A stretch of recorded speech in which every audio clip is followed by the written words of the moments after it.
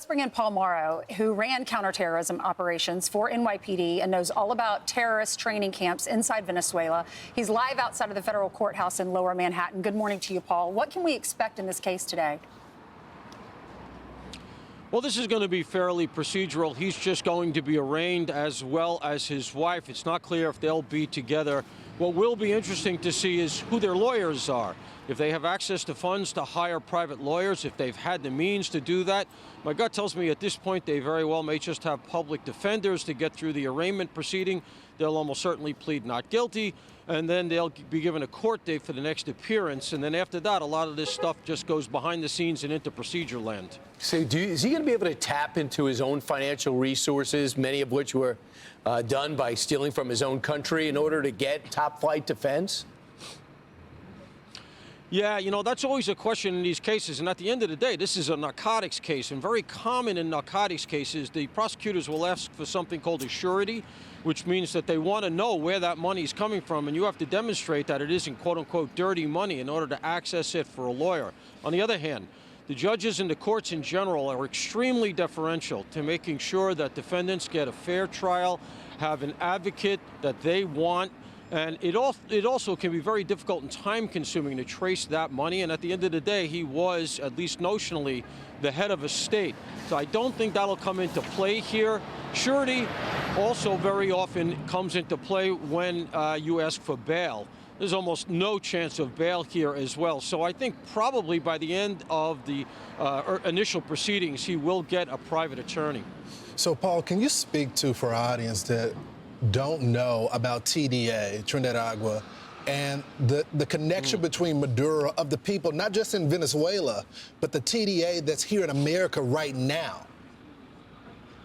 Yeah, I think that's really a salient point, Lawrence, because, look, part of this whole thing is the intel opportunity, right? You have to imagine that a part of what our government is very interested in is some of the missions and some of the motives that were involved in TDA being launched wholesale into this country in a relatively short period of time. It's not like, let's say, MS-13, who arrived here literally over the course of decades. So I think that they're going to want to know the infrastructure. They're going to want to know who the leaders are. And this stuff matters because if you can get hard enough intel, you can do the kind of thing that we saw from Rudy Giuliani in the building behind me, bringing the famous commission case where he actually indicted the entire mafia, all 4 of the 5 family heads, and realistically, they never recovered. So if you can build that structure out, you can bring that kind of enormous case. You can guarantee that one of the things they're going to expect from the quote-unquote new full cooperation that's being signaled from Venezuela's leadership is a full mapping of that network. And if we're not getting that, then we're not getting what we paid for, frankly. Paul, it was incredible when we saw those images over the weekend of the helicopters flying next to the Statue of Liberty, and we knew he was coming here to American soil. But this is just the first step in a years-long prosecution, right? I'm reading that it's probably going to take another year before a jury is even seated. Yeah, it'll be a long process. The jury selection is also going to be very key, especially here in this jurisdiction. There's been some questions raised as to why here. Because aside from the selection of the judge, which in this case turns out to be Judge Hellerstein, who has a history with Donald Trump, maybe not the first choice for a judge that the government would want, you're then going to get a jury selection process that's going to really, really be crucial. But at the end of the day, the 2020 indictment occurred here, the one that he was wanted for since then for narco trafficking. Chances are the current case in many ways leaned on that case. And so the case, for better or worse, is here in New York. That said, you have an excellent U.S. attorney here in Jay Clayton. I'm sure this case is very, very buttoned up, and they wouldn't have brought it if they didn't think they could win it. Yeah, the indictment seems detailed. And I tell you, for Bill Barr, he says it reminds him of Panama. Listen.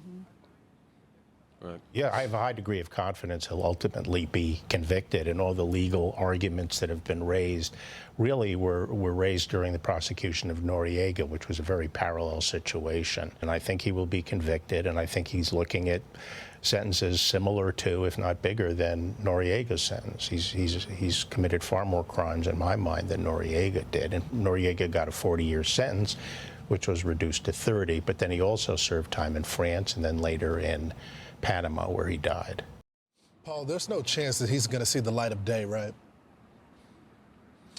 You know, Lawrence, you never know. I mean, one of the things in play here is the fact that he's got family members that he could potentially use to bargain with if, in fact, he has really, really key intel that American authorities are interested in. Now, I doubt very much it'll go that way. It seems a remote possibility. And my sourcing is telling me, at least at this time, the U.S. government is not interested in that kind of thing. They're just interested in getting him convicted and moving on. But one of the metrics here in this case we do have to remember is that the CIA was almost certainly heavily involved. We saw John Ratcliffe at the lectern with Donald Trump for that presser. We know that they were there.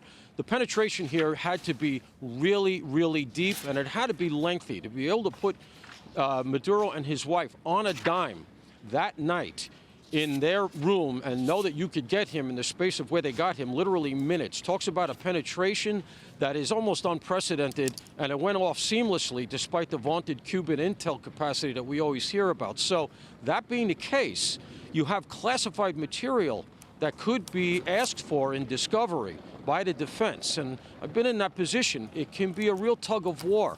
The defense wants all of that stuff. Prosecution and, of course, the CIA and, let's say, even the NSA does not want that material out. They don't want to reveal those sources and methods. It's going to be up to the judge to thread that needle. And that's one of the things that sometimes gums up these things and makes the motion practice go on for a long time. All right, thanks, Paul. We'll check in with you a little bit later.